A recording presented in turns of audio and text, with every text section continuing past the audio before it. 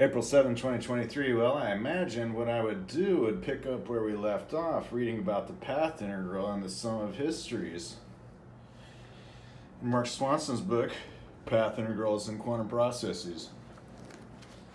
So, let's see here. We left off reading about the path integral formulation, the Gaussians, the Jacobians, the Hamiltonians, the conventions, the Heisenberg and Schrodinger pictures, and the Broglie tensorial products, what made the line elements, and the path integral derived, where there was described a Dirichlet approach to infinitesimals, the path elements, thus that each element pointwise results that it has an analytical region.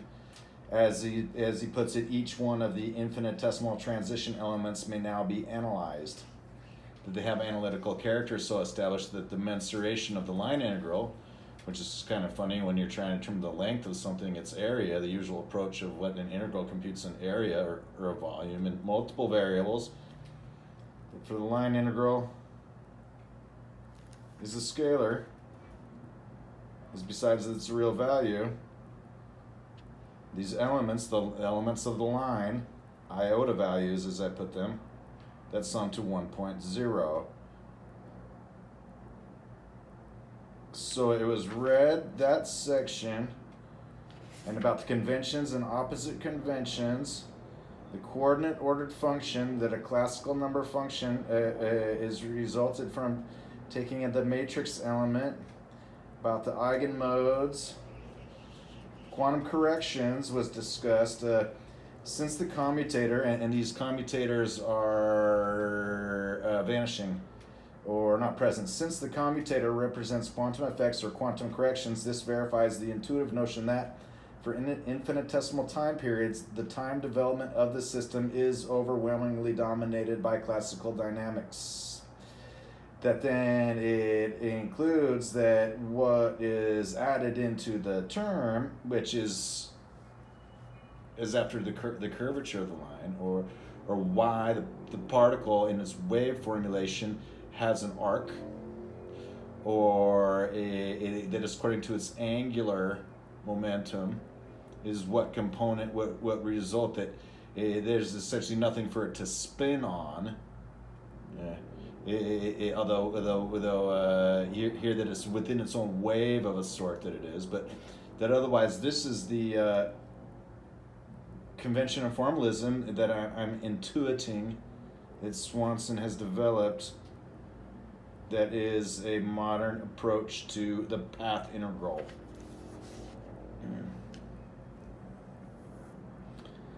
Reading forward, what we've read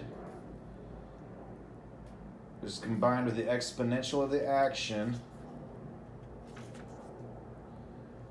It gives rise to an integral Gaussian in P. It is possible to evaluate exactly the P integration of all the infinitesimal transition elements.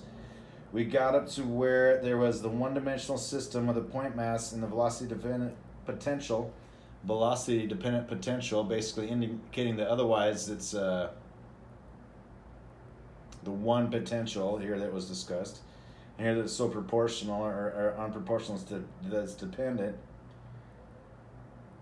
And that we derive the form of the path integral equivalent to 2.50 in exercise 2.6 and discuss any ambiguities that are present in the coordinate ordering problem for this potential. Is as with regards that the when we were talking about the interpolation last time, which is the drawing of the most natural curve as a usual problem between any two endpoints of segments of curves, and not just their instantaneous direction at that point, the straight line, the derivative, but also here as we're talking about kind of the arc that it has, and not just like the usual arc of a circle, but an arc. As of about the arc, and it's not usually as so represented by that the circle has a constant radius, 2 pi radians, dimensionless, but that it has a rotational propensity And then it has of the notion of the precession of the top. You spin a top, at some point in time it leans either way and walks that way. That it's a similar notion with the idea that this particle, which is only linear, that as it's a member of this wave, in terms of whatever field can flex that wave, flex its field, results why the path integral is different than the line integral at all. Section 2.3, the sum over histories. In the previous section, the path integral expression for the transition amplitude was derived from the standard operator formulation of quantum mechanics. Although the measure in the second form of the path integral is similar and the epsilon goes to zero limit, the path integral, as defined in the previous section, must yield results that are identical to any other valid approach to the same problem. And that is, in a sense, where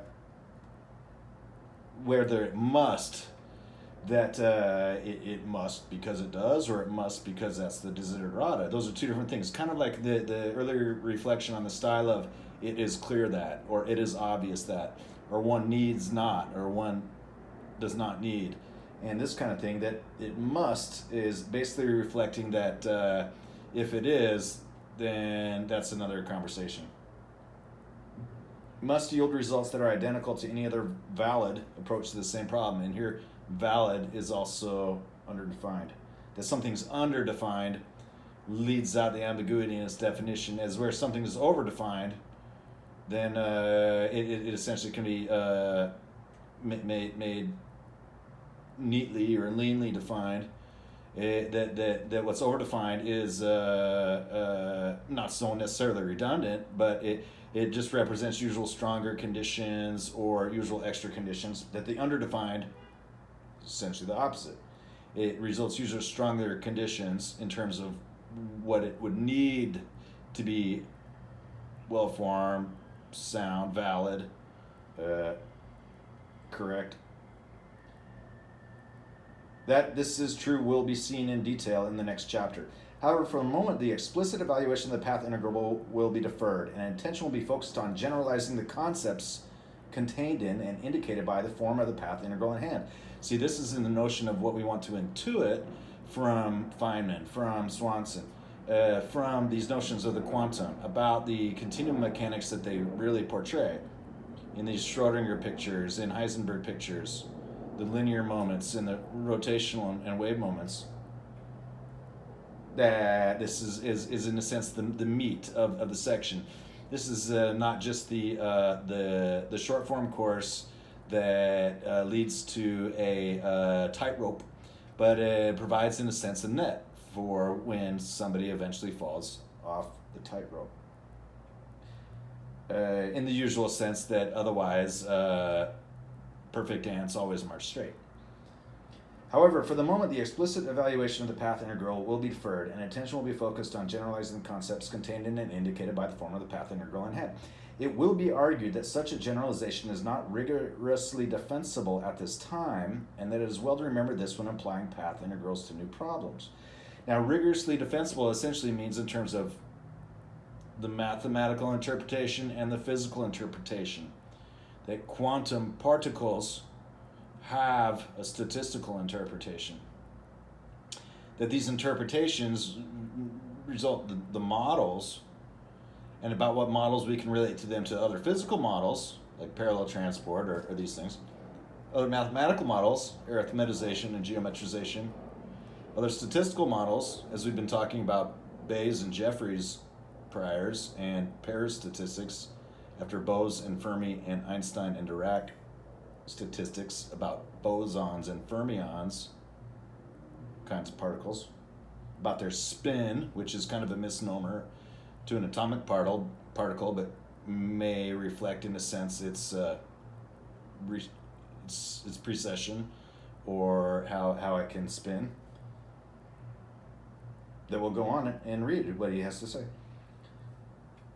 It would be argued that such a generalization is not rigorously defensible at this time. The rigorously indefensible essentially sets it in a setting where it results that there's a rigorously defensible mathematical interpretation.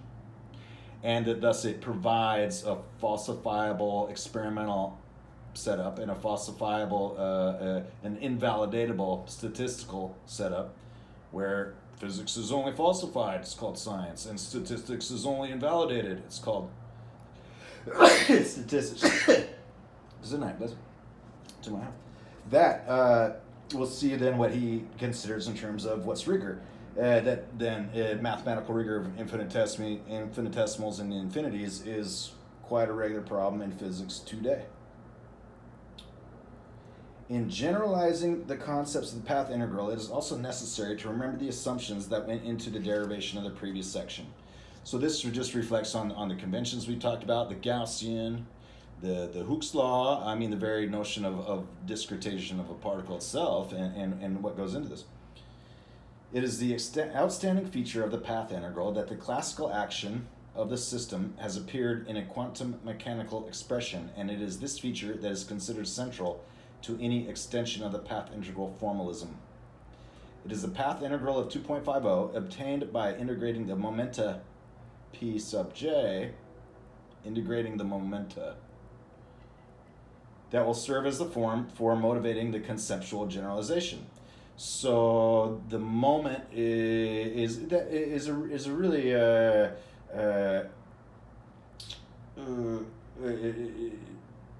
it's a concept that I don't find particularly intuitive. The moment as of it essentially encapsulates the linear impulse and the rotational impulse together. So in that sense, it's just the action that it has, that according to laws of non-interference or least action, the principle of least action is essentially the particle will do what it will do without any other action, except its least action. That the principle of least action is as what the moments essentially convey the value of what that will work out from moment to moment in time, the moment to moment of the momentum, where you got your linear momentum, angular momentum, then these particle numbers, quantum numbers like spin, in terms of the energy of the particle, and also what's called the mass of the particle, as what the mass of the velocity of the particle is the usual value of the momentum. But there's also all this notion of the theory of some potentials, that it's really the potential field that's real, as to why you can get these kind of elliptic effects, or that there is the interpolation, which is this path integral, finding the path and then adding that up, is that the path integral formulation both involves which path and adding that up. And it is this feature that is considered central to any extension of the path integral formalism. It is the path integral obtained by integrating the momenta p sub j that will serve as the form for motivating the conceptual generalization. We have line elements, and those are added up. This is according to the Gaussian and the equipartition and the classical mechanical action. In this first step, the integrations over the q sub j will be replaced by a Riemann sum of the form integral from negative infinity to infinity, or over the entire plane. dq sub j goes to the sum of n sub j equals negative infinity to infinity of epsilon q, where epsilon q is understood to be the infinitesimal measure element on all the q sub j integrations. So here when he says infinitesimal measure element, I'm talking about iota values. And the sum of those are as for what regards these the integer values, it looks like, of the dqj, that adds up to 2. Here that's left out in units what it is. On all the q sub j integrations, the path integral then becomes bracket of q sub b t sub b, or qb comma tb, c qa comma ta, bracket qa tb qa ta, goes to the term as was the m over 2 pi I h bar epsilon, with both h bar, Planck's constant, and epsilon in the denominator.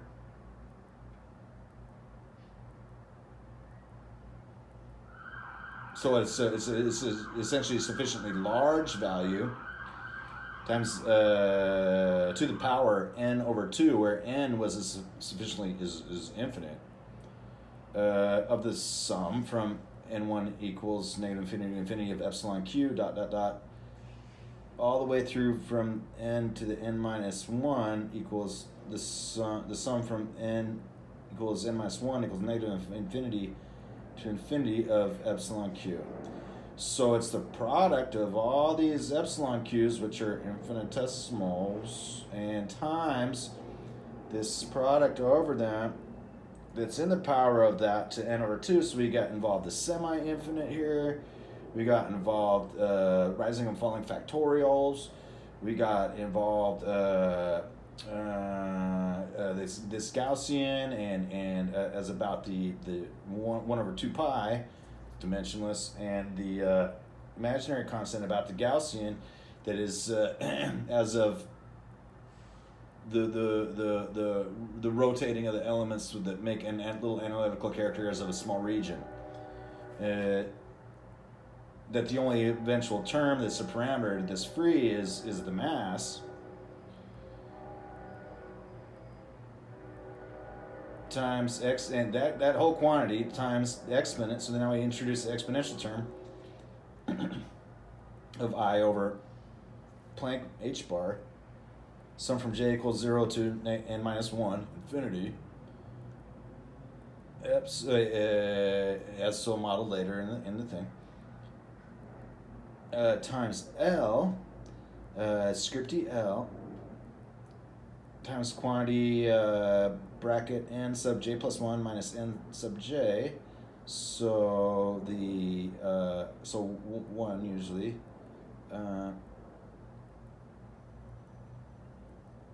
But in the index of the summation,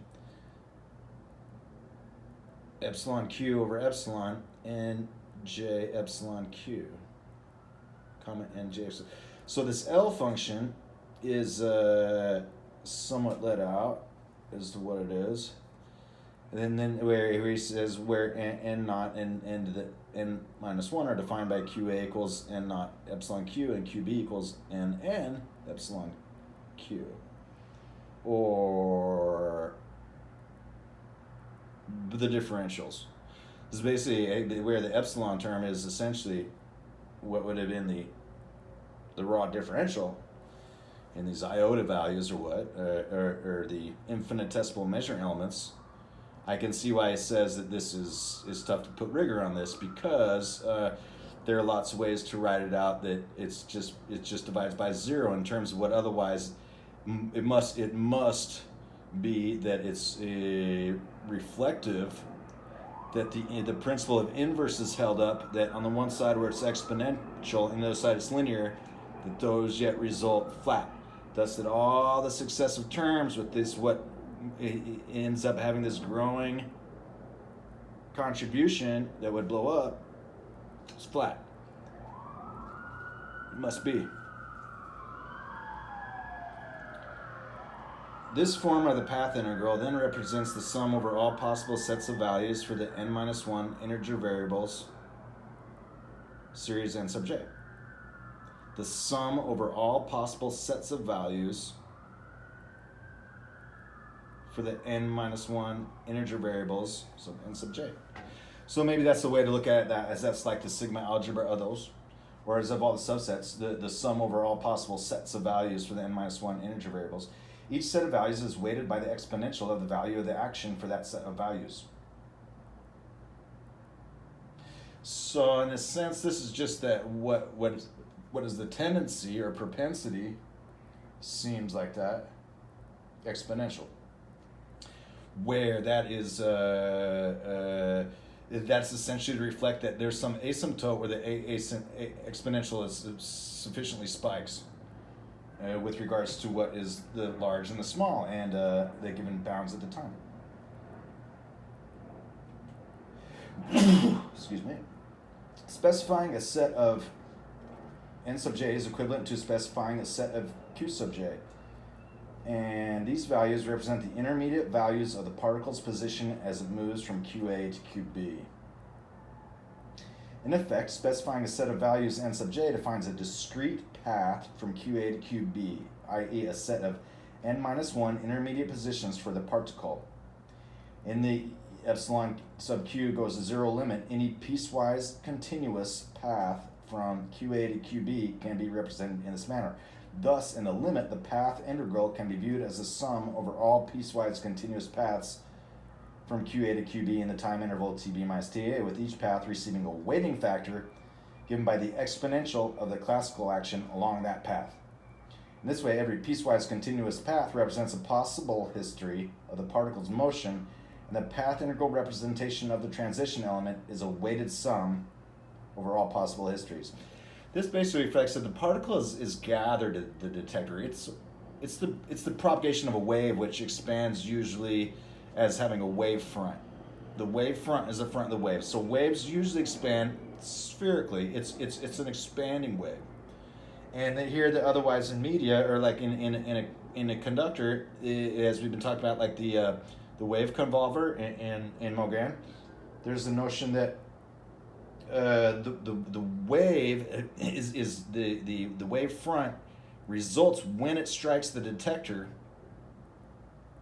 that coalesces, it converts to a particle. The particle does not exist in this path in terms of the energy that ends up all striking the detector at the same point, a particle, because that wave's energy is as of a diffuse band of energy, and it's kind of like that. As soon as it hits a particle, the back of the wave snaps, and the rest of it immediately then retracts as to the collision at the detector. So when the particle hits the detector, it was as of it was a wave, but the detection of the sampling of the measurement of the observation effect as part of what's the physical effect is actually the collapse of the wave, the Bohm, the Broglie real wave function. Then that it's a supermodel in the sense that besides the classical where nothing can happen infinitely fast, that essentially happens at once, because the entire potential of what would have been the energy in the particle on that wave is so almost brought in or manifested in the sense that it was potential as well. This is a theory of some potentials, including potential. So that then this is an intuitive reason to define and explain why. Then what here is laid out as the mathematical, in a kind of a rigorous way to state and frame the concepts of what are all the, because the wave is all these concentric circles, say, in the expanding wave. That those, or for example, as of a spiral space-filling curve that at some point makes a line straight, and so then it is cleaved as by the Gordian knot from the back, it automatically contracts in the front, which results it's snapping in a sense that the pilot wave of the wave front of the expanding wave, or in a medium the guided wave, results that a particle only exists at this interface of the detector, and so that it otherwise has this behavior, particle wave duality, so that the Heisenberg picture is what this path integral is. It's valid for the Heisenberg picture. Schrodinger picture and Bohm de Broglie's real wave is more like so, where the Schrodinger equation has a simple solutions for some particular particles, like the hydrogen atom or the helium atom. And then the higher level things involve all this kind of stuff. So, in effect, specifying a set of values defines a discrete path, a set of n minus 1, where n goes to infinity, intermediate positions for the particle. In the epsilon q goes to zero limit, any piecewise continuous path from QA to QB can be represented in this manner. Thus, in the limit, the path integral can be viewed as a sum over all piecewise continuous paths from QA to QB in the time interval TB minus TA, with each path receiving a weighting factor given by the exponential of the classical action along that path. In this way, every piecewise continuous path represents a possible history of the particle's motion. The particle takes all paths, and in fact, it's rather distributed among this as a wave. The energy, what energy was in the wave, results as particle, and it may not be. It may, in a sense, be that it's restitutive when the wave collapses. That it would be possible to talk about how otherwise the entire background is kept restitutive in terms of that it dissipates and attenuates mostly as a particle. That otherwise, when we get into stuff like that ultraviolet catastrophe, why for the discrete energy in orbitals and the discrete energy in photons, because they'd add up infinite, why in a manner it sort of works out that conservation is conserved and not violated, that it works out, this sort of explanation works out to help provide a mechanism that, if you fill that in with a proper formalism, maps to this formalism, both rigorous, and among reasons why Bohm and de Broglie and that the wave function collapse is real, where for many decades it was virtual because the Copenhagen interpretation, that everything is really statistical, which Einstein so vehemently rejected as indeterministic and anti-scientific, that it's yet just reflects our means, it reflects our milieu, it reflects the fact that in this super wave, it still behaves as a particle, because in terms of our finite means and Heisenberg's uncertainty, where that wave's particle energy is as it's in ultimately high resonance about that wave before it hits the detector at a given location, is essentially modeled by stochastic behavior or a random variable. That's the statistical interpretation. Not that particles are random, but that the wave function is real and superclassical. Thus, in the limit, the path integral can be viewed as a sum.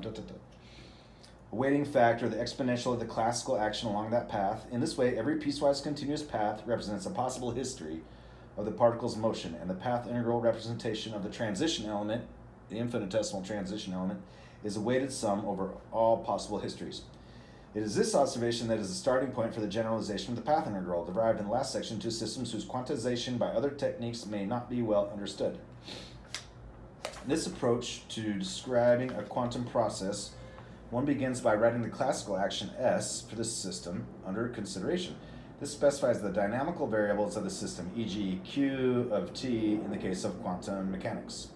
Their transition amplitude z of the quantized system is then assumed to be given by z equals the sum over the paths of e to the I s over Planck h bar, where the paths must be chosen to go from some initial configuration of the dynamical variables to some final configuration.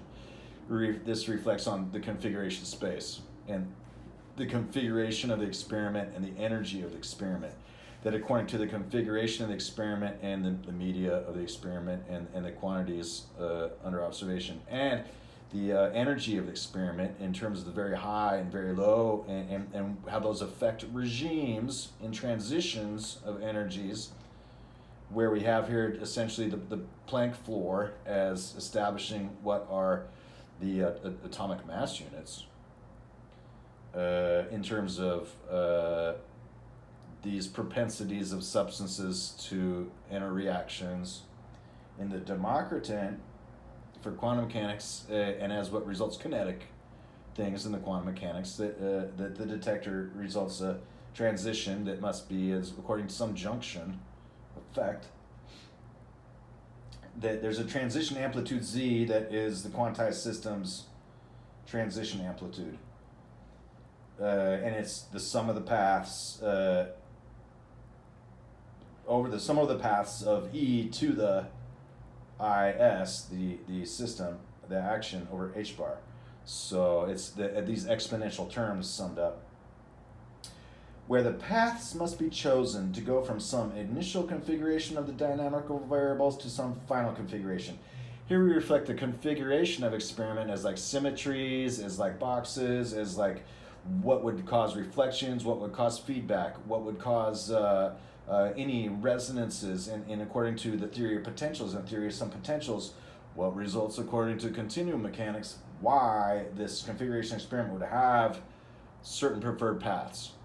In the dual slit experiment, it's that there are two paths. In the camera obscura experiment, where the light in the by the pinhole camera, that the image is reflected through that and actually broadcasts an image. Similarly, the camera obscura is a kind of experiment in this effect, and the dual slit experiment is something that's pretty readily available in an experimental apparatus that can be cobbled together for $20 or $30 in a laboratory. Where the paths must be chosen to go from some initial configuration of the dynamical variables to some final configuration.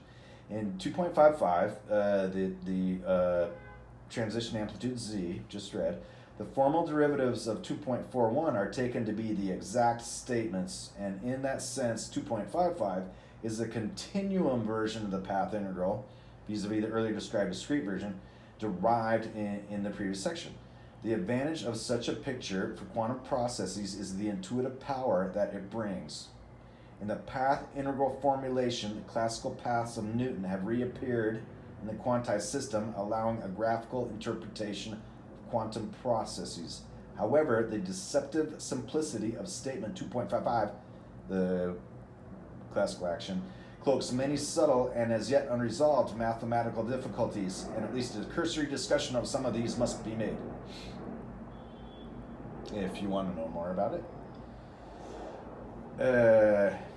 He goes on, let's see here. First, there are numerous classical systems for which no sensible quantum theory exists. Cases of this are very easy to find, even in simple one-dimensional quantum mechanical systems. A simple example is the potential V equals alpha q squared minus beta q fourth. If beta is a positive constant, the potential is unbounded from below. Even though it is possible, at least formally, to write down classical solutions to the equations of motion, the quantum theory cannot be stable since there is no normalizable ground state. Another problem associated with converting a classical mechanical system to a quantum mechanical path integral is that it is not obvious at first glance how to implement classical constraints on motion in a quantum mechanically consistent manner.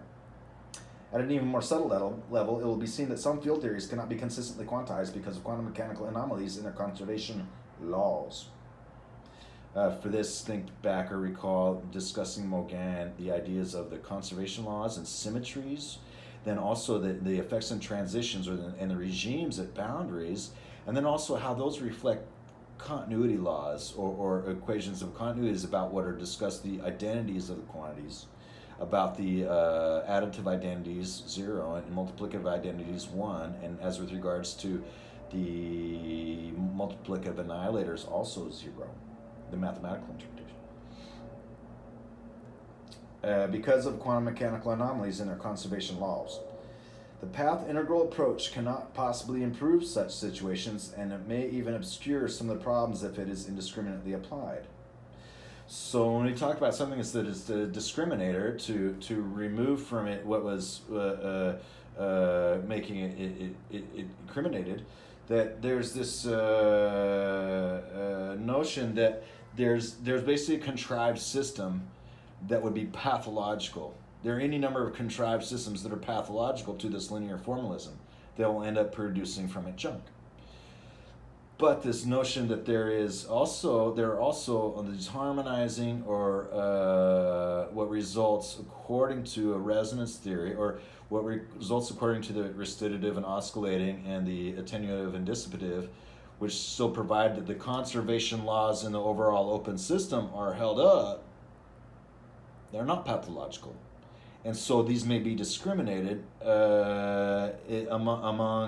various things.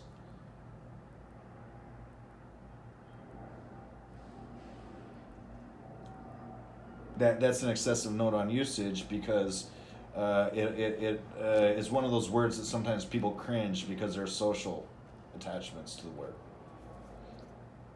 Second, the motivating form indicates that the only difference in weighting each path receives is the exponential of the value of the action associated with the path, and that the prefactors, i.e. the epsilon factors and 2.54 coefficients factors, are the same for all paths. So this reflects that these quantities are balanced in a sense. Here it's that the iota values represent about that it's a constant monotone increasing, where these infinitesimal measure elements, as the author calls them, are what I call iota values of the equivalency function, a special function in mathematics that has its own body of rigorous formalism. The epsilon factors in 2.54 are the same for all paths. That this is true for all quantum systems, or rather might be an artifact of the assumptions made in deriving the form 2.50, is not a priori obvious. This gets into a measure theory that there's what's called the quasi-invariant in measure, where when things begin to part or that they're continuous but they're analyzed discretely and it rotates about, that where their orthogonal norms vanish, that somewhere in the middle there, then it ends up being that it has to go through a progression of states to the next achieved linearity of a sorts. That these methods where we have that it's analytical about the quadrature, for example, something Gauss forgot in his complex evaluation, or about trigonometry, or anything to do with or the orthogonal functions usually under interest and effect, that this is the kind of thing that works up what's called the quasi-invariant in the measure theory, because it's invariant and then it's broken, but it is possible to figure out a way to sort of patch it back together again, kind of when it's possible to frame the configuration of experiment in a sphere, or this is a Sagnac ring, and it so happens that these particles are very well defined because it's a perfect circle, and these kinds of things that explain how, for example, the Sagnac effect still allows laser ranging and reckoning to work, and these kinds of things that are otherwise would not admit mathematical solutions or rigor. This is where in the 1970s or something, there was a paper established in the Air Force or somebody, they said, we have proven that bumblebees can't fly because we applied our mathematics of how things fly to bumblebees' wings, and it doesn't work. Bumblebees can't fly. We have proven it. And so what this reflects is in the same sense is that a lot of these quantum mechanical approaches, and through the experimental physics and the empirical, where it costs a lot more money to try it than to plan it, but you really need an expert to plan it if you're ever going to try it, that this is the kind of thing that goes into what's a priori obvious. Kind of like all the rocket cones that resulted off the Soviet space race that were tried, besides the fact that they had all these mathematicians and geometers and all of the elite over on that side, as it were, of the world, that even today they're all those prototypes that they built that became utterly successful and essentially trialed out that they work great even under Earth's particular conditions. Not necessarily that it's rigorous Y, though in a lot of senses it is. And it is rigorous Y because otherwise it wouldn't work. Because mathematics is ubiquitously successful in physics. For example, the assumption was made that the limits on the intermediate Q sub j integrations were plus minus infinity. If instead the system under consideration is a particle in a one-dimensional box of width L, then clearly the integrations over the Q sub j should have the range 0 to L, and that in itself will give a different result for 2.47. Obtaining a form similar to 2.50 raises additional difficulties. Later in this section, a similar system of point mass on a circle will be analyzed, and these points will become manifestly clear. There will not be apparent that the path integral derived from the quantum mechanical solution to the problem has any reference to the classical action for the system. This is where Sagnac and Ehrenfest, S-A-G-N-A-X, Sagnac, and Ehrenfest, E-H-R-E-N-F-E-S-T, Ehrenfest, both describe the quantum effects and the relativistic dynamics, particularly, of quantum effects, particles in a laser ring. A laser ring. L-A-S-E-R, ring. Obtaining a form similar to ... Later in the section, a similar system of point mass in a circle ... There it will not be apparent that the path integral derived from the quantum mechanical solution of the problem has any reference to the classical action for the system. This is then at the point where it arrives at the quantum mechanics is never wrong. Because by the time it's worked up, that's what's left, that classical action no longer has a suggestion that's any value. Third, to say that there are many paths from QA to QB would be something of an understatement. There are continuously many, infinitely many paths. It's a smooth manifold across the paths. It's this wave in resonance. However, there are many pathological paths that cannot contribute. For example, if T sub A is a rational number and T sub B is an irrational number, then a possible path would be given by the Dirichlet function Q of T equals QA if T is rational and QB if T is irrational. Such a path is not piecewise continuous, and by that criterion should be excluded from the sum. This reflects back on the notion of the invariant, and when it falls apart, the invariant and would be breaking symmetry. The invariant theory and measure theory are built around that this is an application of measure theory to variant theory to provide a metric and norm and all the other things that result in triangle inequality, which is used to solve everything in physics. That so has provided a contrived example about the rational and irrational numbers, because these are real number spaces of the continuum necessarily, that the author describes a particular contrived example that when we say that would be like two signals in a signal continuity, if there's line continuity, these infinitesimal line elements, there's field continuity or complete ordered field where all algebra works, except division by zero, and there's a signal continuity where the rationals of two continuous things are piecewise continuous, but when you bend them at an angle, they essentially slip and become rational and irrational, or comb slip in a sense. The author is so describing a setup like this in this configuration. Such a path is not piecewise continuous, and by that criterion should be excluded from the sum. In addition, the set of all piecewise continuous paths contains both discontinuous and non-differentiable paths, and these are, in some sense, far away from the typically smooth and completely continuous classical trajectories that extremize the action. Intuitively, paths far from the classical trajectories would be expected to contribute little to the path integral, since a gross deviation from classical behavior violates the idea that quantum corrections to most physical processes are small.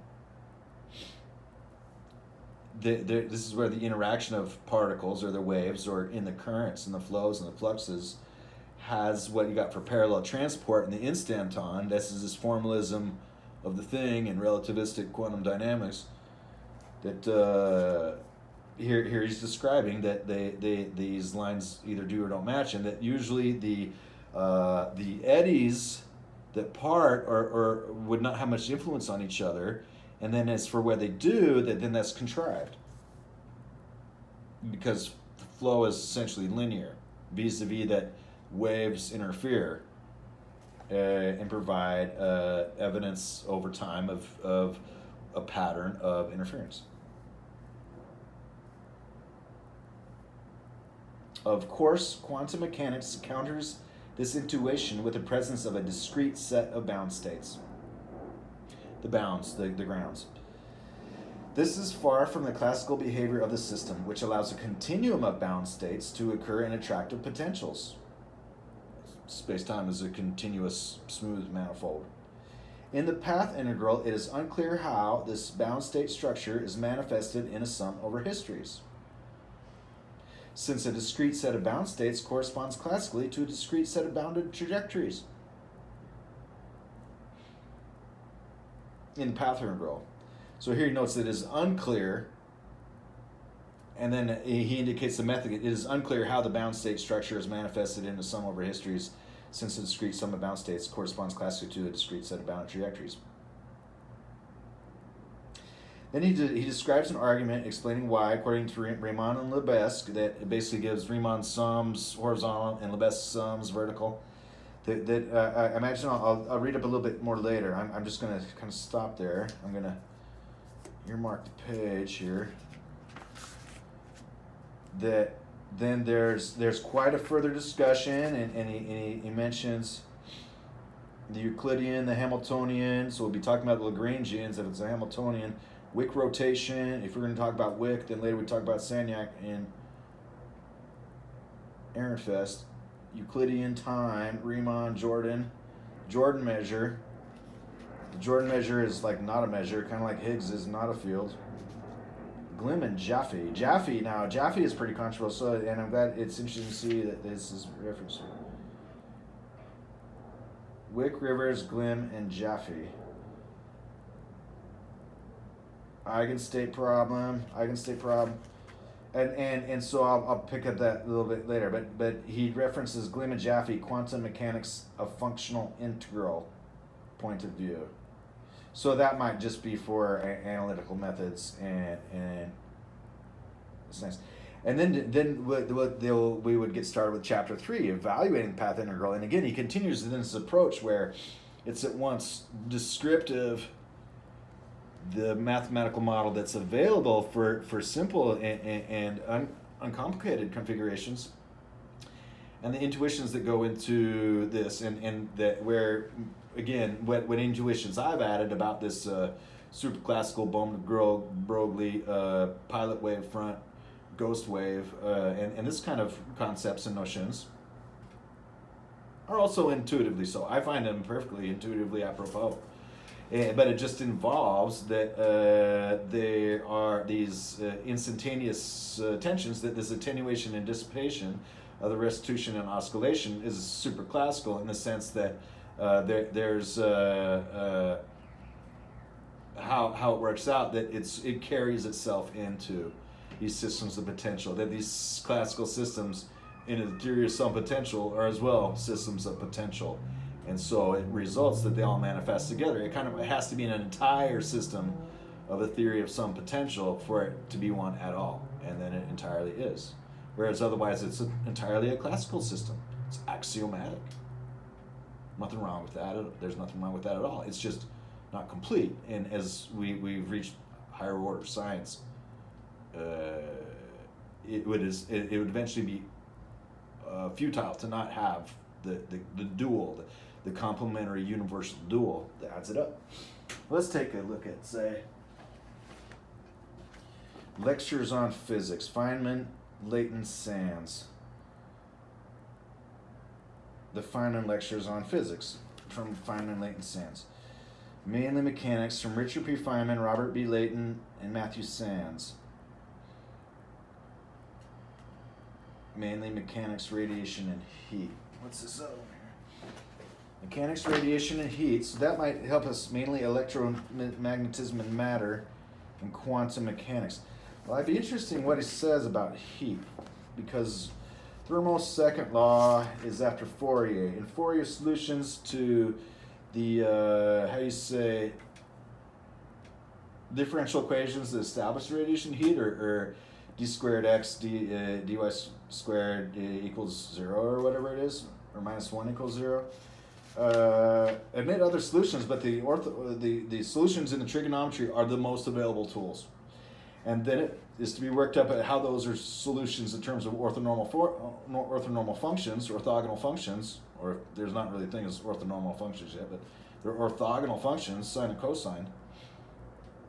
How to go about approaching that in terms of methods of transformation and this kind of things.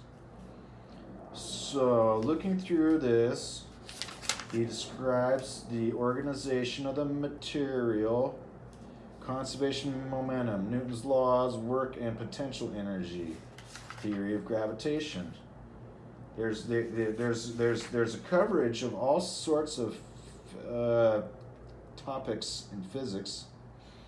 Then he has the laws of thermodynamics, heat engines, the first law. Then he talks about the second law, and it only has about a page, and it's surprising because it's used in most places. And then entropy is in the same section. And then he talks about the machine called the ratchet, and gets into beats, which are in waves, and constructive and destructive interference in waves, and what would be discrete impulses in continuous waves. Modes, and also waves again, waves and symmetry and physical laws. So the section here that he has about, let's see here, I'm curious, I'm looking for if he talks about Fourier's derivation. No, but that is second law pretty much. let's take a look here on page 43-4, 44.2. Interference of electron waves. So the force is proportional to the area. Specific heats of gases. Equipartition and the quantum oscillator. Canonical kinematics. Molecular diffusion. Reversible engines. Okay, so we're past that here. So this is first law. The efficiency of an ideal engine. We normally think of like the Otto cycle, Carnot cycle. Efficiency of the ideal steam or internal combustion engine. The thermodynamic temperature. Make a definition of temperature which is independent of any particular substance. We can use the function Ft, which does not depend on what device we use, because the efficiency of these reversible engines is independent of their working substances. Since the function we found is rising the temperature, we will define the function itself as the temperature, measured in units of the standard 1 degree temperature as follows. Q equals St, where Q sub S equals S times 1, S dot 1 to the 0. This means we can tell how hot an object is by finding out how much heat is absorbed by a reversible engine working between the temperature object and the unit temperature. If 7 times more heat is taken out of a boiler than is delivered at a 1 degree condenser, the temperature of the boiler can be called 7 degrees and so forth. So by measuring how much heat is absorbed at different temperatures, we determine the temperature. Temperature defined this way is called the absolute thermodynamic temperature, and it is independent of the substance. We shall use this definition exclusively from now on. So here he's helped establish from the onset that there's molecular temperature and it reflects substances and surfaces, and there's absolute temperature and it's kinetic and it reflects energy in the atom. And that it would go into it goes into the electron orbital theory, which results why changes in temperatures change rates of reaction. So that's why it's laid out first compared to what he mentions first in terms of a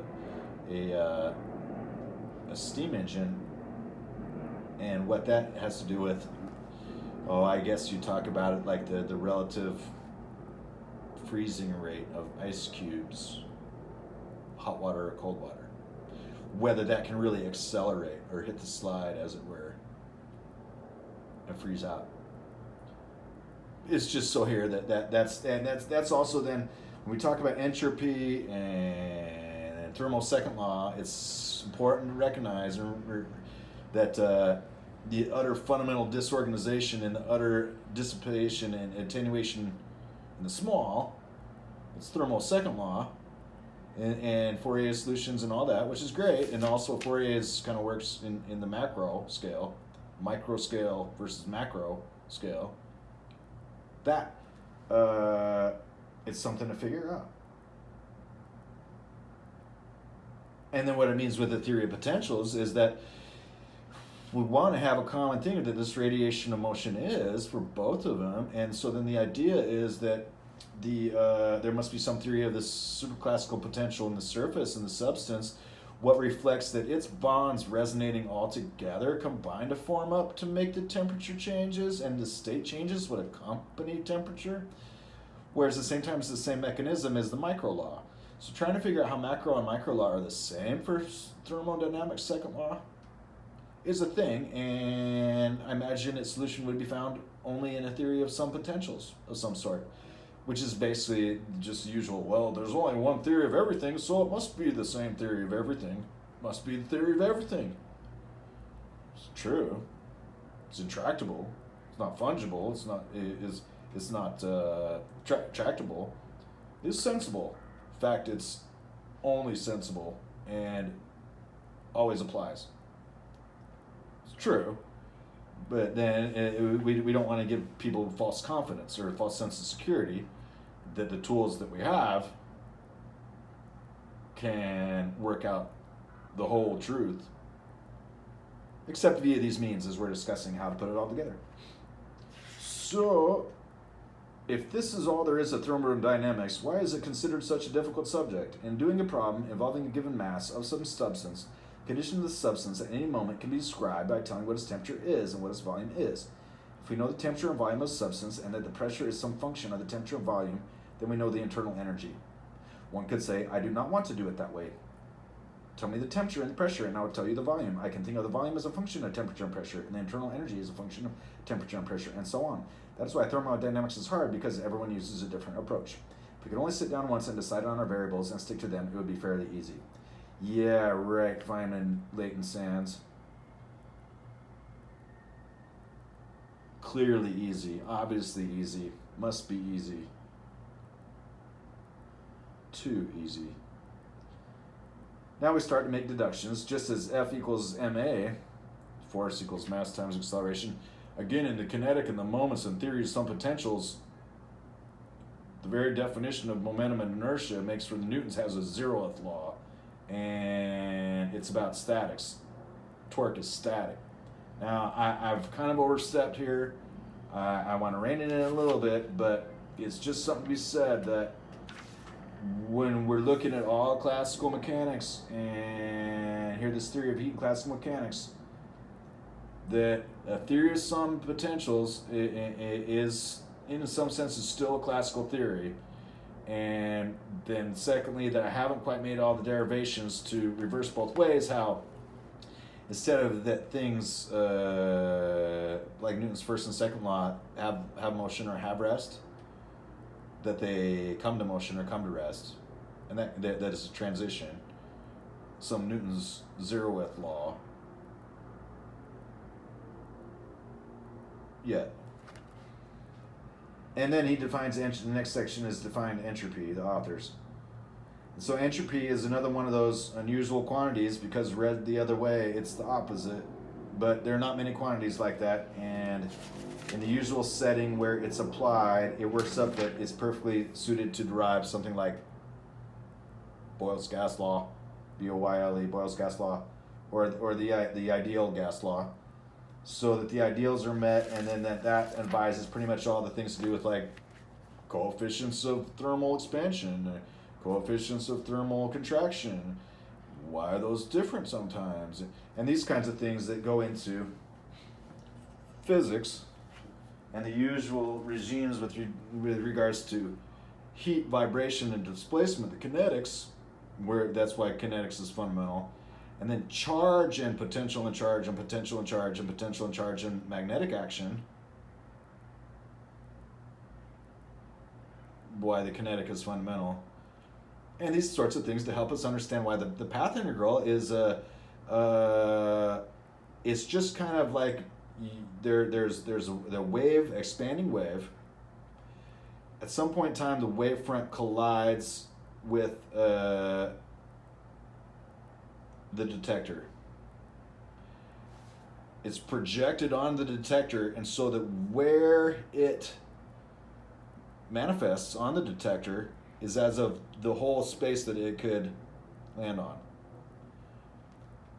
I.e., it's random where that appears to be. But what's happened when it was contracted, it was just that the instantaneous state of its energy pointed a straight arrow right to that point.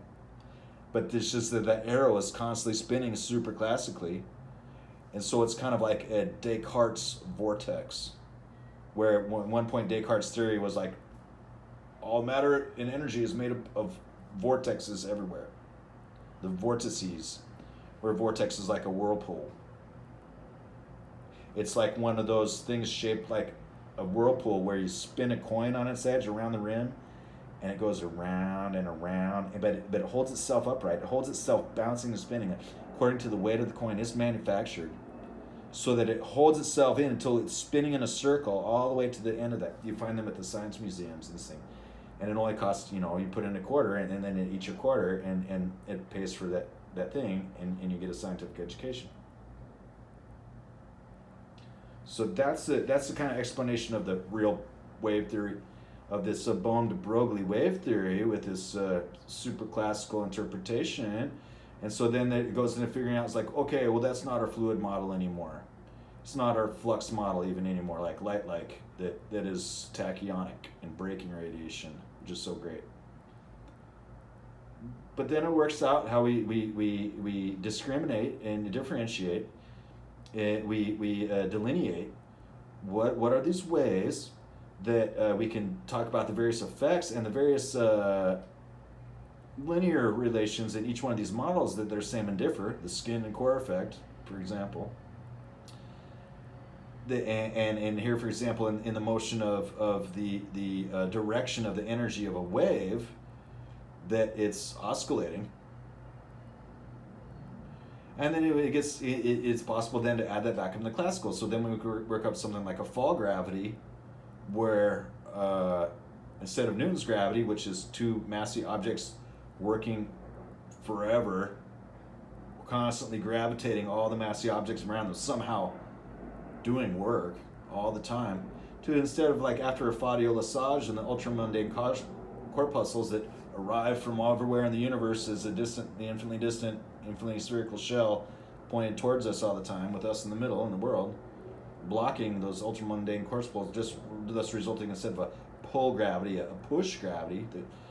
That instead there's this sort of fall gravity. We just naturally fall together. And then there's that for the quantum part of the physics, that the strong nuclear force, which holds the atom together,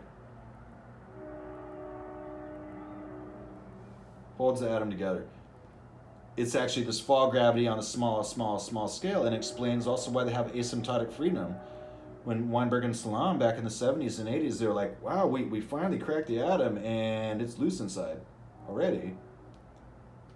That this is for these unifying fundamental principles that result why a theory of some potentials is such an intuitively great theory, a candidate for a theory of everything.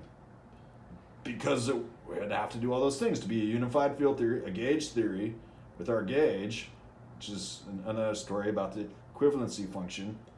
I'll leave it at that. I've really read too much of my own opinion of this, because much of this is only my opinion. Nobody has told me this. I've just gathered this and put it together.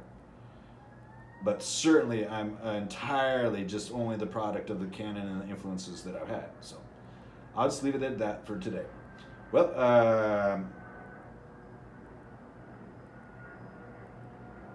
have a great day. So long.